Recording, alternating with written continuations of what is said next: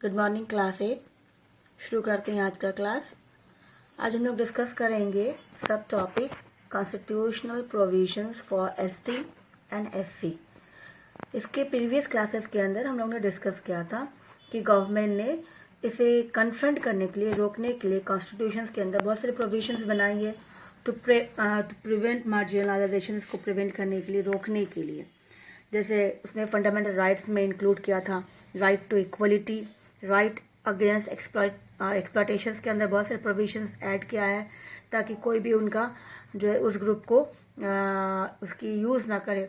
उसके साथ साथ right to freedom of religious के अंदर है, कल्चरल एंड एजुकेशनल राइट्स। तो ये सारे जो राइट्स है फंडामेंटल राइट्स के अंदर, इसमें मोस्टली सारे क्लासेस के स्पेशली जो माइनॉरिटीज़ है जो मार्जिनलाइज्ड है उन सब के बारे में, ताकि उनको मेजर्स उसके लिए मेजर्स किया जाए और उनको प्रोटेक्शंस भी मिले। तो अब हम लोग डिस्कस करेंगे कि जिस तरह से गवर्नमेंट ने उन्हें जो दलित जिस तरह से कहा जाता था, फिर उसको बाद में B.R. अम्बेडकर ने डिप्रेस्ड क्लास का नाम दिया, फिर बाद में वापस से इनके ऊपर उनके लिए राइट्स के लिए डिमांड जिस तरह से मूवमेंट था कंटिन्यू हुआ, that was in the British Raj. फिर महात्मा गांधी एंड B.R. अम्बेडकर जिसके बीच में फिर उनके साथ फिर उन्हें डिप्रेस्ड क्लास को एक नाम दिया गया, that was been called as scheduled caste and scheduled tribes. और इसमें कॉन्स्टिट्यूशन में फिर बाद में इसको जब ऐड किया गया, that was has been again schedule, उसको उससे शेड्यूल कास्ट के ऑर्डर से एंड शेड्यूल ट्राइब्स के ऑर्डर से इसे रेस्पेक्टिवली इंक्लूड किया गया। तो आज हम लोग वापस से कॉन्स्टिट्यूशन के अंदर जो प्रोविजंस दिया गया है फॉर एसटी एंड एससी, तो क्या क्या प्रोविजंस है वो डिस्कस करेंगे। तो सबसे पहला आता है प्रोटेक्शंस मेजर्स, कि वहाँ पे जो प्रोटेक्शंस मेजर्स है उनको बचाने के लिए। तो सबसे पहले प्रोविजंस के अंदर, रूल्स के अंदर बहुत सारे ऐसे मेजर्स ऐड किया गया है जो बहुत ज़रूरी है, नीडेड है टू इन्फोर्स, ताकि उसको ऐड करने से इक्वलिटी बराबर समाज में आएगी, लोग बराबर सोचेंगे सभी के लिए। टू एबोलाइज प्रैक्टिस, जो भी चीज़ें थी बुरी जो वो लोग मार्जिनलाइज के लिए प्रैक्टिस करते थे, उन सभी रूल्स को एबोलाइज कर दिया गया, रिमूव कर दिया गया, सो दैट इससे क्या हो रहा था, नहीं तो वो इनइक्वालिटी प्रिवेल होती। और जो भी इसको फॉलो करेगा, तो जिसके लिए उसके लिए गवर्नमेंट ने किया गया पुनिटिव मेजर, मतलब टू प्रोवाइड पनिशमेंट, उसे पनिश भी किया जाएगा अगर गवर्नमेंट के रूल्स के अकॉर्डिंग नहीं जाके वो उसके अगेंस्ट में जाते हैं और उसे नहीं फॉलो करते हैं, तो वो क्या हो जाएगा, that person will be punished for not obeying such law, अगर वो उसको ओबे नहीं करते। ठीक है, तो इसी तरह से for not obeying such law has been made. तो इसी तरह से प्रोविजंस बहुत कुछ ऐड किया गया गवर्नमेंट ने। For a number of laws were enacted to, और उसके साथ साथ बहुत सारे लॉज और भी इंक्लूड किया गया है to implement these provisions given in the constitution, ताकि इस जो प्रोविजंस दिया है कॉन्स्टिट्यूशन में उसे लागू करवाया जाए और उसको कोई प्रॉब्लम ना हो उनको इम्प्लीमेंट करने में, लागू करवाने में।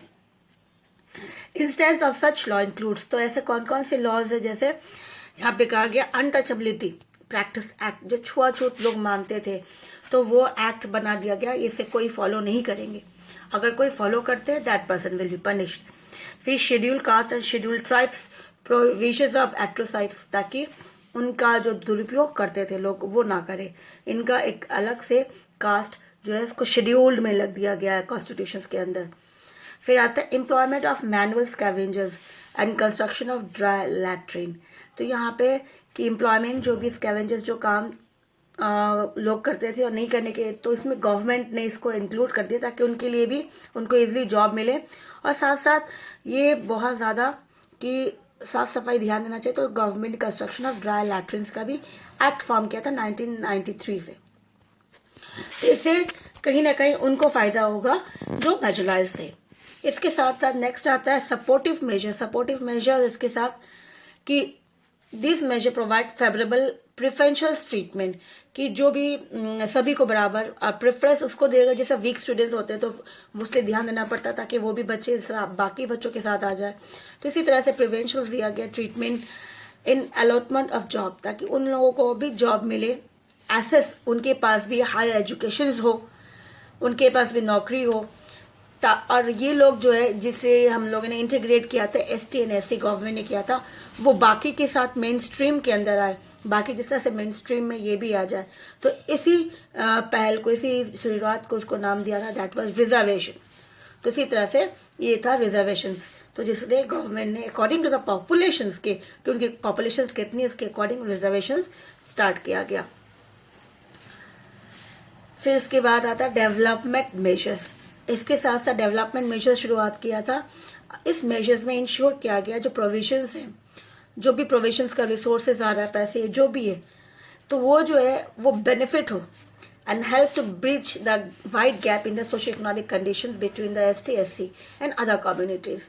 क्योंकि जो रिसोर्सेज गवर्नमेंट प्रोवाइड करते हैं वो रिसोर्सेज अगर सिर्फ और सिर्फ पर्टिकुलर सिर्फ other caste, other communities use करते हैं और उनका यूज नहीं कर पाते ST एंड SC, तो वो प्रॉब्लम हो सकता है।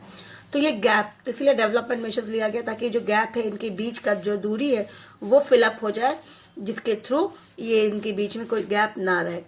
किसके बीच में? ST, SC and other communities के बीच में।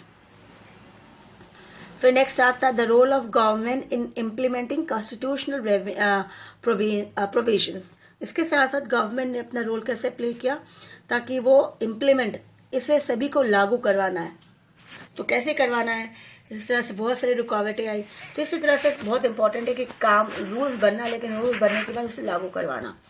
तो द कॉन्स्टिट्यूशनल एक्सपर्ट्स जो थे, जिसने कॉन्स्टिट्यूशन बहुत सारे लोगों ने एक्सपर्ट से डिस्कस किया था रूल्स के ऊपर, and the government concluded that while the socio-cultural ban of untouchability and cultural differentiate needed to be strictly outlawed and harsh punishment prescribed for those who did not abide by the rules, and there was also a serious need to educate the weak and oppressed that would eventually bring them back into the mainstream। तो government थे और जो कॉन्स्टिट्यूशनल्स, जिन्होंने constitutions बनाया था, experts, उन सभी का जो विचार था वो इसी कंक्लूड में आया, इसी लास्ट में, कि हमें समाज में सोशो कल्चरल जो है, जो चल रहा था समाज में, जिस तरह से उन लोगों की व्यवहार थे छोटे कास्ट के प्रति, तो वो उन्होंने कहा कि उसे सबसे पहले बैन करना बहुत ज़रूरी है। तो बैन ऑफ अनटचेबिलिटी बहुत इंपॉर्टेंट है, सबसे पहले इसको बैन करवाए, फिर बाद में, ताकि तब जाके जो भी वो बैन सिर्फ बोलने से नहीं, क्योंकि रूल्स बनने के बाद अगर हम उसको छोड़ देते हैं तो इट शुड बी फॉलो, कि वो रूल्स जो है फॉलो हो रहा है कि नहीं हो रहा है, और स्ट्रिक्टली होना चाहिए। इसके लिए पनिश, जो लोग नहीं मान रहे हैं, रूल्स के अपोजिट जा रहे हैं, तो उसे पनिश मिलना चाहिए, हार्श पनिशमेंट मिलना चाहिए। साथ साथ तो ये हो जाएगा अगर गवर्नमेंट ने से फॉर्म कर दिया, अनटचेबिलिटी बैन करवा दिया, साथ में स्ट्रिक्टली लेआउट बना दिया गया कि उसको पनिशमेंट मिलेगा जो भी इसे नहीं मान रहा है। साथ साथ उन्होंने इसके ऊपर एम्फेसाइज किया कि उन लोगों को एजुकेट करना ज़रूरी है। उन्हें एजुकेट करेंगे, जो वीक है, जो बहुत पिछड़े हो गए, दबे हैं, उन्हें वापस मेन स्ट्रीम में लाना ज़रूरी है, समाज के सभी के साथ लाके, तभी वो साथ में जाएंगे, तब आगे वो बढ़ सकते हैं।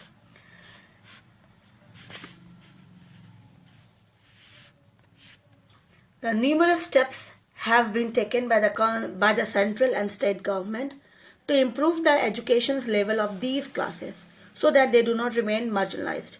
तो इसी तरह से बहुत सारे अलग अलग स्टेप्स लिए गए हैं, सेंट्रल गवर्नमेंट ने भी लिया है, स्टेट गवर्नमेंट ने भी लिया है, उसकी इम्प्रूवमेंट के लिए, ताकि उसकी कंडीशंस जो एजुकेशन लेवल इम्प्रूव हो जाए और वो पिछड़ा नहीं रह जाए। ठीक है, तो इसलिए गवर्नमेंट ने क्या क्या स्टेप्स लिया? गवर्नमेंट ने लिया एजुकेशन वाले में सबसे पहले कि इन्होंने एजुकेशन के अंदर कि सबसे पहले education national policy of education 1986 में जो फॉर्म किया था, उसके अंदर ST SC उसे भी मेन में डालना था, ताकि ये बाकी के साथ भी इनकी भी पढ़ाई होनी चाहिए। एंड इसी तरह से elementary education, literature and secondary and higher secondary education के ऊपर इन्होंने अलग अलग पॉइंट हाईलाइट किया। सबसे पहला जो था यहाँ पर कि एग्जम्पशन ऑफ ट्यूशन फीस, की स्कूल्स में फीस नहीं लगेंगे। गवर्नमेंट स्कूल्स जो है, जो सेंट्रल गवर्नमेंट है या फिर स्टेट गवर्नमेंट है, तो no tuition fees shall be charge. ST SC students जो होंगे गवर्नमेंट स्कूल्स के अंदर, एटलीस्ट अब द प्राइमरी लेवल तक उनका कोई फीस नहीं लगेगा। Most state have in fact abolished tuition fee for ST SC students up to the senior secondary level। तो यहाँ पे गवर्नमेंट ने प्राइमरी, अपर, पर प्राइमरी लेवल तक कहा था, लेकिन बहुत सारे ऐसे स्कूल्स इन्होंने सीनियर सेकेंडरी लेवल तक ही एबलाइज कर दिया ST/SC के लिए कि वो पढ़ाई कर सकते फ्री ऑफ कॉस्ट। इसके साथ साथ ये हो गया एग्जाम्पशन ऑफ ट्यूशन फी। उसके साथ उन्होंने और कुछ किया है, दैट वाज इंसेंटिव। इसके अलावा उनको इंसेंटिव मिला है। इंसेंटिव जैसे free book, text book, uniform, stationery जो नोटबुक चाहिए वो आ गया, पेंसिल पेन जो चाहिए, स्कूल बैग्स, ये सब भी स्कूल बच्चों को ST/SC वालों को प्रोवाइड किया जा रहा है ताकि वो अफोर्ड नहीं कर पाएंगे तो गवर्नमेंट ने, ताकि वो बच्चे स्कूल आए और वो पढ़ें। इसके साथ साथ the constitutional 86 amendment bill of December 13, 2002 में this bill provide for free and compulsory education system in. तो यहाँ पे 2002 में इसे कॉन्स्टिट्यूशन में अमेंड किया गया, मतलब उसमें कुछ चेंज किया गया और उसके साथ उसे फंडामेंटल राइट्स के अंदर इंक्लूड कर दिया गया कि जो बच्चे हैं 6 to 14 ईयर्स ये फ्री कंपल्सरी एजुकेशन लेंगे। मतलब फ्री है लेकिन कंपल्सरी आपको पढ़ना है 6 से 14 ईयर्स के बच्चों को, तो इसे फंडामेंटल राइट्स के अंदर इंक्लूड कर दिया गया। फिर उसके बाद सर्व शिक्षा अभियान। सर्व शिक्षा अभियान जहाँ पे एक बहुत ही हिस्टोरिक स्टेप लिया गया गवर्नमेंट ने ताकि इन लोगों को एजुकेट कर सके। द लॉन्ग चेरिश ऑब्जेक्टिव और यूनिवर्सलाइजेशन ऑफ एलिमेंट्री एजुकेशन, जो इसका मेन मकसद था सभी को पढ़ाना और आगे बढ़ाना थ्रू अ टाइम बाउंड, जिसके थ्रू समय लगता है, इंटीग्रेट किया जाएगा सभी को और इन पार्टनरशिप विद स्टेट्स, क्योंकि इसके साथ साथ स्टेट को भी काम करना पड़ेगा, योगदान देना पड़ेगा। तो इसी तरह से Sarva Shiksha Abhiyan to provide useful and quality elementary education to 14 till the 14 age, means 6 to 14 years age तक बच्चों को फ्री उन्हें पढ़ाया जाए। फिर आता है शिक्षा कर्मी प्रोजेक्ट। फिर दूसरा प्रोजेक्ट लॉन्च किया गया। इसके according standardise and qualitative improvement जो प्राइमरी स्कूल्स में होना चाहिए, प्राइमरी एजुकेशन के अंदर होना चाहिए, टू प्रोमोट, ताकि बच्चों को प्रमोट किया जाए, पढ़ाया जाए सही दिशा में सोशियो इकोनॉमिक बैकवर्ड विलेजेस जो है, backward villages in Rajasthan with primary emphasise on girls, ताकि गर्ल्स भी जो है स्कूल आए पढ़े। So in most of the Shiksha Karmi project students are largely from ST/SC and OBC communities. तो इसी तरह से बैकवर्डनेस जो पिछड़े रह गए वो भी आए और इसमें पढ़ाई करें। तो देखा गया जो बच्चे पढ़ने आए वो मेनली ST/SC एंड OBC से ही थे। फिर आता कस्तूरबा गांधी बालिका विद्यालय भी इसे स्थापित किया गया and under this scheme 750 residential schools बनाया गया इन रिमोट रीजन्स, जहाँ पे मोस्टली स्कूल्स नहीं थे तो रिमोट रीजन्स में बनाया गया विथ डिफिकल्ट टेरेंस, भले बहुत रुकावट आई थी अलग अलग कैसे भी हो, लेकिन वहाँ पे बनाया गया।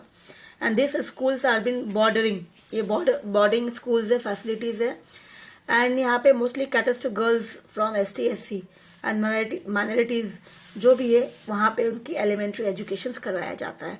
तो स्कूल का नाम क्या है? कस्तूरबा गांधी बालिका विद्यालय। फिर नेक्स्ट आता है स्कॉलरशिप्स। स्कॉलरशिप्स ये आजकल बहुत ज़्यादा गवर्नमेंट प्रमोट कर रहे ताकि बच्चे पढ़े, तो गवर्नमेंट इसको स्कॉलरशिप भी प्रोवाइड कर रहे हैं। स्कॉलरशिप फॉर ST/SC स्टूडेंट्स ना, doctor Ambedkar national scholarship schemes for meritorious students जो बहुत अच्छे पढ़ने में है लेकिन किसी कारण पैसे के कारण वो नहीं पढ़ पाते, तो उसको गवर्नमेंट इम्प्लीमेंट कर रहे हैं foundations by the ministry of social justice and empowerment. 1992 में प्रोवाइड किया था। इसका उद्देश्य था, एम था टू असिस्ट, उनको बच्चों को हेल्प करे ताकि वो बच्चे जो प्रॉमिसिंग जो स्टूडेंट्स हैं जो पढ़ना चाहते हैं ST/SC कम्युनिटीज़ के, और वो आगे तक पढ़ाई कर सके। सो दिस इंक्लूड, इसके अंदर क्या कर रहे हैं, किस तरह से वो हेल्प कर रहे हैं, 1 टाइम कैश रिवॉर्ड, ताकि उनको एक टाइम जो कैश रिवॉर्ड मिलता है will be given to 3 students. 3 students होंगे जो उनको ST/SC वाले, उनको कैश रिवॉर्ड दिया जाएगा scoring highest marks in the regular class 10 के अंदर examination conducted by the education board of and councils इसके अंदर। तो इस तरह से कैश अवार्ड मिलता है। इसके बाद भी मिलती हैं, अगर आप उसके बाद 10 के बाद 12 में मिलती है, उसमें अगर आपने अच्छा रिजल्ट किया तो उसके लिए आपको टिल आपकी जो ग्रेजुएशन के आगे की पढ़ाई तक की आपको पेमेंट मिलती है। तो गवर्नमेंट अलग अलग कोशिश करके बच्चों को, ताकि वो बच्चे पढ़ें ना। रिजर्वेशंस, तो रिजर्वेशन हमने जो डिस्कस किया थी कि व्हाट इज रिजर्वेशन, जहाँ पे गवर्नमेंट ने उनको मेन स्ट्रीम में लाने के लिए, उनको बचाने के लिए सपोर्टिव मेजर्स किया। तो इसी तरह से in addition to the educational facilities, government education facilities दी, उसे इंसेंटिव प्रोवाइड किया, सपोर्टिव सिस्टम, जहाँ पे सपोर्टिव सिस्टम शुरुआत किया। The government made provisions for reservations of ST/SC communities. तो गवर्नमेंट ने इसकी रिजर्वेशंस के बारे में भी सोचा इन educational institution and government jobs में, ताकि एजुकेशन में जो सीट्स बोलते फिल हो गया, इसके लिए इनका अलग से रिजर्वेशन रखा गया है, ताकि ये बच्चे आराम से पढ़ सके और कोई भी इसे मना नहीं कर सके गवर्नमेंट कि इनकी सीट हमारे स्कूल में या फिर हमारे कॉलेज में सीट नहीं है, इनका सीट अलग होना चाहिए, रिजर्वेशन अलग पर्टिकुलर परसेंटेज के according. So the argument behind such reservation in is that even when provided basic education, people from these communities face a difficult and unfavorable environment for higher educations, personal developments, and hence they ought to receive some preferential benefit in form of reservation seats in higher academic institutions and employment, so that they can join into the mainstreams। तो मतलब यहाँ पे क्या बताया जा रहा कि government ने इतना सब कुछ करने पर उनको बेसिक एजुकेशन कर दिया गया, फिर उनके साथ इंसेंटिव देना शुरू कर दिया हायर लेवल्स के लिए, सभी पर्सनल डेवलपमेंट, लेकिन फिर भी कहीं ना कहीं उससे फ़ायदा नहीं मिल पा रहा है, उससे प्रेफरेंशियल उनको जो मिलना चाहिए बेनिफिट वो नहीं मिल पा रहा है। तब जाके गवर्नमेंट ने रिजर्वेशन के बारे में सोचा और रिजर्वेशंस उनके लिए लागू करवाया कि वह स्कूल्स है, कॉलेजेस है या फिर गवर्नमेंट जॉब्स में उनकी जो पोस्ट है वो खाली रहेगी, सिर्फ और सिर्फ ST/SC ही उसी पोस्ट में, उसी सीट्स में उनको ही मिलेगा। और इससे फ़ायदा ये होगा कि वो जो है धीरे धीरे बाकी सभी के साथ मेन स्ट्रीम में आना शुरू करेंगे, जो पीछे हो गए वो आगे आना शुरू करेंगे। Now, therefore, availing such reservations are required to meet the following criteria so that the system of reservation is made fair and transparent। तो अब ये जो था रिजर्वेशंस किस तरह से किया जाएगा, तो इसे बनाने के लिए, करने के लिए एक अच्छा सा फेयर, ताकि किसी को जो बाकी और कम्युनिटी से उनको ऐसा ना लगे कि उनके साथ चीटिंग हो रही है, तो इसलिए फेयर और ट्रांसपेरेंट तरीका अपनाया गया उनके लिए। तो क्या किया गया, सबसे पहला, the candidates must bear a certificate from the local authority confirming that he or she belongs to SC/ST listed communities। तो यहाँ पे सर्टिफिकेट चाहिए, अब वो अथॉरिटी जो है गवर्नमेंट अथॉरिटी वो कंफर्म कर दे, तभी उनको रिजर्वेशन वाला फ़ायदा मिलेगा। दूसरा, he or she should have scored the minimum cut off marks for the reserve categories. तो रिजर्व कैटेगरी के जो नंबर ऑफ परसेंटेज रखा गया उसको वो फॉलो करना है, वो होना चाहिए। This ensures that only those ST candidates get this admissions who has secured some basic standard of education। तब जाके उन्हें ये रिजर्वेशंस की फैसिलिटी प्रोवाइड होगी। ठीक है, अब यहाँ पे एक्स्ट्रा बीट्स है।